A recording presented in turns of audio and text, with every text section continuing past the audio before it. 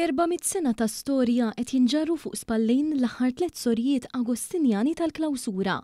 Dan fil-Monasteru ta' Santa Caterina fil-Belt Valletta, fejn is-sens ta' ġmiel u paċi huma dawk li jinħassu malli tirfes mill-adba l-ġewwa. F'suq globali ta' turiżmu reliġjuż li fl-aħħar snin ingħata importanza partikolari f'pajjiżna, la darba wkoll umuni b'diversi attrazzjonijiet relatati f'kull rokna tiegħu. One News żar dan il-monasteru bl-isem ta' Mysterium Fidei, fejn iltqajna ma' Margaret Barlow, Ingliża li ilha 10 snin tgħix f'pajjiżna u tieħossib il-post li mhux kulħadd jaf bih. Waqt li dawritna mal-post għaltilna kif fost 3 sorijiet tal-Klawsura li għadhom jgħixu hemm u li kollha huma kbar fl-età hemm il-Madre Suor Michelina Mifsud li ilha tgħix fil-post għal dawn l-aħħar 61 sena.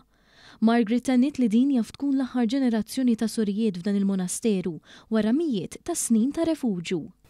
Hundreds of years ago it would have been a very admirable lifestyle decision. Families would be very proud, and even today if one of their family members became a nun or a priest. Hundreds of years ago women joined because of their very strong religious faith. Others will have been brought here against their will if they were considered to be a shame upon their family. They'd have been brought here and it would have been like a refuge for them.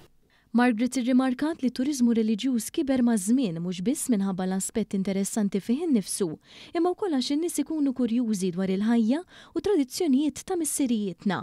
Il-Gvern permezz tal-Awtorità tat-Turiżmu u diversi entitajiet oħrajn investa b'mod sostanzjali anke fir-restawr ta' 20 ta' siti reliġjużi u mqades imferxin madwar il-pajjiż kollu, waqt li nieda rotta speċifika li tigwida barranin interessati f'postijiet simili. Dan il-monasteru fil-belt u fost l-eqdem f'din il-kullana ta' siti u għadu jesponi bl-aħjar mod il-postijiet fejn is-sorijiet tal-Klawsura kienu jaħslu, jiklu, jorqdu u jagħmlu dak kollu li kien hemm bżonn. Taħt il-Knisja fil-monasteru hemm ukoll il-kripta li il-kannierja li fiha sal-lum jindifnu s-sorijiet. They're getting a very rare insight into how they live. Which is quite fascinating because it isn't a popular thing to do these days. They will see and they'll learn the whole history and understand the strict lifestyle that the women live. And they will visit a garden, which again in Valletta is very rare to have a garden of this size in a really bustly city. Visitors love this. They've been outside, it's hot, it's busy. They come here and it's so peaceful. And that's what they love.